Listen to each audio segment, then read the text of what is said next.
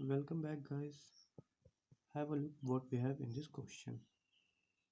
Proof of Euclid division lemma. ये एक बहुत ही ज़्यादा अंडररेटेड सवाल है, बहुत ही ज़्यादा, क्योंकि लोग ये कह के निकल जाते हैं कि बोर्ड्स में पूछा नहीं जाएगा और ये क्वेश्चन बहुत ही अंडररेटेड रहता है. बट ये यकीन मानिए बहुत ही ज़्यादा इंटरेस्टिंग सवाल है और बहुत ही गजब का प्रूफ है इसका. So have a look how we have to prove it. So सिर्फ इसी क्वेश्चन में नहीं, मैथमेटिक्स के किसी भी क्वेश्चन में, चाहे वो 10th बोर्ड का हो, 12th बोर्ड का हो या किसी भी क्लास का हो, अगर आपको प्रूफ करना हो तो सबसे पहले उस स्टेटमेंट को बढ़िया से समझ लीजिए. यहाँ पे लेमा का मतलब क्या होता है इसको पहले जान लीजिए. जैसे कि एनसीईआरटी बोलता है कि lemma is an proven statement use to prove other statement. यानी कि कोई भी ऐसा स्टेटमेंट जो पहले से प्रूव हो चुका है उसका इस्तेमाल करके हम दूसरे स्टेटमेंट को प्रूव करते हैं. ये कुछ कुछ आपको उस तरह से लग रहा होगा जिस तरह से आपने क्लास 9th में एक्सियम्स के बारे में पढ़ा था. ये थोड़ा सा डिफरेंट है बट लगभग वही है. चलिए तो बात करते हैं हम लोग अब इस लेमा के स्टेटमेंट की. ये लेमा का स्टेटमेंट कह क्या रहा है? ये लेमा का स्टेटमेंट कह रहा है कि अगर ए और बी दो इंटीजर्स है, पॉजिटिव इंटीजर्स है, तो दो ऐसे यूनिक इंटीजर क्यू और आर जरूर एग्जिस्ट करेंगे जिससे कि हमारा a equal to B q plus r का फॉर्मेट आएगा. यहाँ पे वो जो आर की वैल्यू होगी वो जीरो के या तो बराबर होगी या जीरो से बड़ी होगी और बी से हमेशा छोटी होगी. अगर बी ए को पूरा पूरा डिवाइड करता है तो हमारे आर की वैल्यू जीरो आ जाएगी, नहीं तो आर की value zero less than R less than B आएगी. अब इसको प्रूफ कैसे करेंगे? तो प्रूफ करना बहुत ही आसान है. हम लोग एक एपी कंसीडर करेंगे. अब यहाँ पर जो एपी हम लोग कंसीडर करने जा रहे हैं वो एक कंटिन्यूअस एपी होगा जो कि बोथ साइड एक्सटेंडेबल होगा. अगर किसी को एपी नहीं पता तो एपी का मतलब होता है अर्थमेटिक प्रोग्रेशन, जो कि आपके बुक का चैप्टर नंबर 5 है, जो आप लोग डिटेल में पढ़िएगा और समझिएगा. यहाँ पे बेसिकली आप अगर एपी नहीं जानते हैं तो बस इतना समझ लीजिए कि हम एक सेट ऑफ नंबर्स एज्यूम कर रहे हैं जो कि है a minus two B, A minus B, A plus B, A plus two B, और ये बोथ साइड पे इंडलेसली एक्सटेंडेबल है और इसका कॉमन डिफरेंस b है, जैसा कि आप लोग देख के समझ सकते हैं. अब आ जाते हैं हम लोग लेमा के बेसिक प्रूफ पे. तो हमने क्या किया कि हम एक सबसे छोटा इंटीजर जो कि नन निगेटिव हो और इस क्राइटेरिया को सेटिस्फाई कर रहा हो उसे हमने r मान लिया. हमने क्या किया, r को वो स्मॉलेस्ट इंटीजर माना जो कि नन निगेटिव इंटीजर है और इस क्राइटेरिया को, इस एपी को सेटिस्फाई कर रहा है. तो ए माइनस बी क्यू बराबर आर का फॉर्मेट होगा. यानी कि कोई एक इंटीजर में से जब हम बी इंटू क्यू के फॉर्म को सब्ट्रैक्ट करेंगे तो हमको अपना नॉन नेगेटिव इंटीजर मिल जाएगा. ये हमने कैसे कहा? तो ये हमने ऐसे कहा कि आर एक स्मॉलेस्ट नॉन नेगेटिव इंटीजर, तो उसको बेसिकली हम लोग दो इंटीजर्स के डिफरेंस के रूप में दर्शा सकते हैं.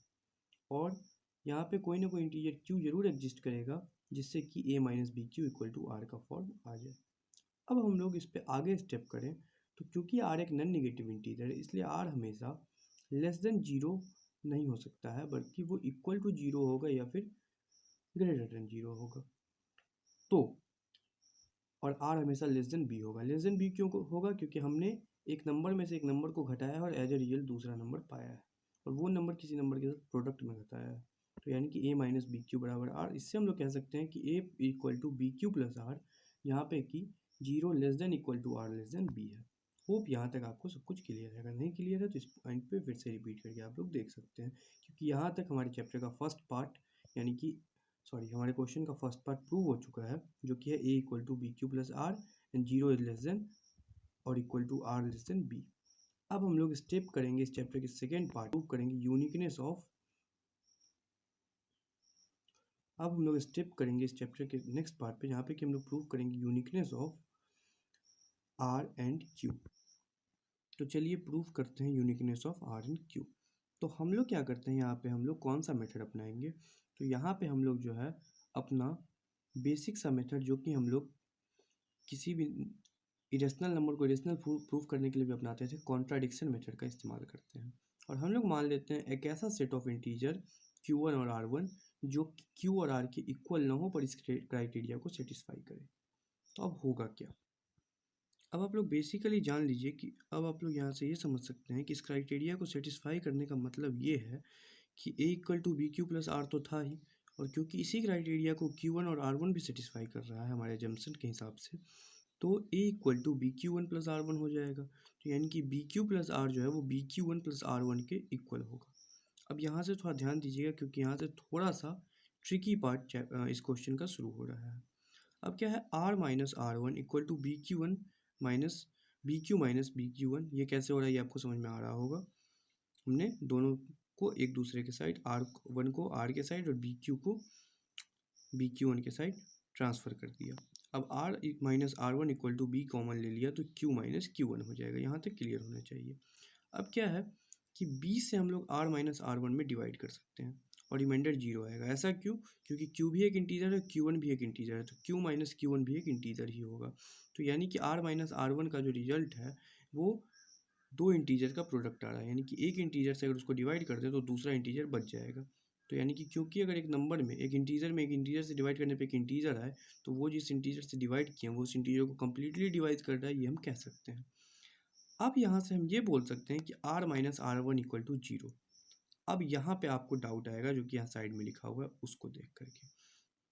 तो यहाँ पे आप लोग थोड़ा सा ध्यान दीजिए क्या कहा जा रहा है कि R minus are one equal to zero. अब आप लोग सोचेंगे कि R minus are one equal to zero के बारे में तो मैंने कुछ कहा नहीं, तो प्रूफ कैसे कर दिया। बेसिकली समझिए, अगर आपका भी ये डाउट है तो फिक्र मत कीजिए क्योंकि जेन्युइन सा डाउट है कि R minus are one zero कैसे आ गया। तो देखिए, हमने पीछे देखा कि आर जो है वो बी से छोटा है, और क्योंकि आर वन भी सेम क्राइटेरिया को सेटिस्फाई कर रहा है तो आर वन भी बी से छोटा होगा। अब सोच के देखिए कि अगर हम लोग एक नंबर मान लेते हैं 5, अब उसमें से अगर एक और नंबर हम मान लेते हैं 3, अब दोनों का दोनों जो है 8 से छोटा है, हमको पता है। तो क्या कभी ऐसा पॉसिबल है कोई और value R minus are one का, अगर हम लोग 5 में से 3 को घटाएं तो हमको 2 आ जाएगा? क्या 2 8 से डिविजिबल होगा? कभी नहीं होगा। यानी कि दो नंबर जो किसी एक पार्टिकुलर नंबर से छोटा हो, अगर उस नंबर को हम लोग बेसिकली डिवाइड करें उस बड़े वाले नंबर से तो वो डिविजिबल हो ही नहीं सकता है, क्योंकि दोनों नंबर छोटा है तो उसका डिफरेंस तो और भी ज़्यादा छोटा हो जाएगा। हाँ, कब हो सकता है डिवाइड? जब उसका डिफरेंस जीरो आ जाए, क्योंकि अगर उसका डिफरेंस जीरो आ जाएगा तो बी की कोई भी वैल्यू हो अगर हम डिवाइड करेंगे तो हमको क्वोशेंट जीरो ही आएगा और रिमाइंडर जीरो हो जाएगा, यानी कि डिविजिबल हो जाएगा। तो बेसिकली इतनी सी ही बात यहाँ पे समझनी है कि क्योंकि आर भी छोटा है बी से और आर वन भी छोटा है तो आर माइनस आर वन भी बी से छोटा होगा। तो एक तरफ तो R minus are one B से छोटा है, दूसरी तरफ R minus are one divisible by B है, तो यानी कि आर माइनस आर वन का वैल्यू ऑब्वियसली जीरो होगा, तभी इस क्राइटेरिया को सेटिस्फाई करेगा। तो आर माइनस आर वन अगर जीरो है तो हमने यहाँ से प्रूव कर दिया कि हमारा आर यूनिक है, क्योंकि आर वन जो हमने अलग से माना था वो भी आर के इक्वल ही है। तो इससे हम लोग कह सकते हैं कि माइनस ऑफ आर और minus of r one equal होगा, तो यानी कि a minus of minus r equal to a minus are one हो जाएगा। अब ए बराबर बी क्यू प्लस आर होता है, तो यानी कि हम लोग इससे लिख सकते हैं कि a is equal to a minus r यानी कि बी क्यू और ए माइनस आर वन यानी कि बी क्यू वन, दोनों इक्वल है। अब दोनों साइड बी कॉमन हो जाएगा तो हम लोग बी को कैंसिल आउट कर देंगे, यानी कि क्यू का वैल्यू हमको आ गया क्यू वन के इक्वल टू। तो हमने क्या प्रूव कर दिया कि क्यू और क्यू वन इक्वल है। पीछे हमने प्रूव किया आर और आर वन इक्वल है। अब हम लोग इससे कह सकते हैं कि क्यू वन और आर वन जो है दोनों ही एक दूसरे के, यानी कि क्यू वन और आर वन जो है वो क्यू और आर के रिस्पेक्टिवली इक्वल है। हमने इसको एक अलग सेट ऑफ नंबर्स माना था, लेकिन ये दोनों जो है हमारे ओल्ड सेट ऑफ नंबर्स के ही इक्वल आ गए। तो इससे हमारा एजम्पशन कि कोई और एक सेट ऑफ नंबर ऐसा एग्जिस्ट करता होगा जो इस क्राइटेरिया को फुलफिल करे, ये गलत साबित हो गया। तो जब हमारा एजम्पशन गलत हो गया कि Q और R यूनिक नहीं है जो हमने माना था, ये हमारा गलत हो गया। इसका मतलब क्या है कि Q और R नॉट यूनिक वाला जो एजम्पशन था वो गलत हो चुका है, इसलिए Q और R यूनिक है। अब यहाँ पे जाकर के हमारा क्वेश्चन प्रूव हो चुका है। तो हमने बेसिकली क्या किया इसमें कि हमने सबसे पहले यूक्लिड डिवीजन लेमा के स्टेटमेंट को एक AP के कॉमन डिफरेंस के रूप में इक्वेट करके प्रूव किया। फिर हम लोगों ने R और Q का यूनिकनेस प्रूव किया और इसी के साथ हमारा सवाल अच्छे से सॉल्व हो गया। अगर आपको अभी भी कोई डाउट है तो let me inform in the comment section, and if you have no doubts then give the video a huge thumbs up and recommend me new questions which I have to do in comment. Do subscribe to the channel for such more content. Thanks.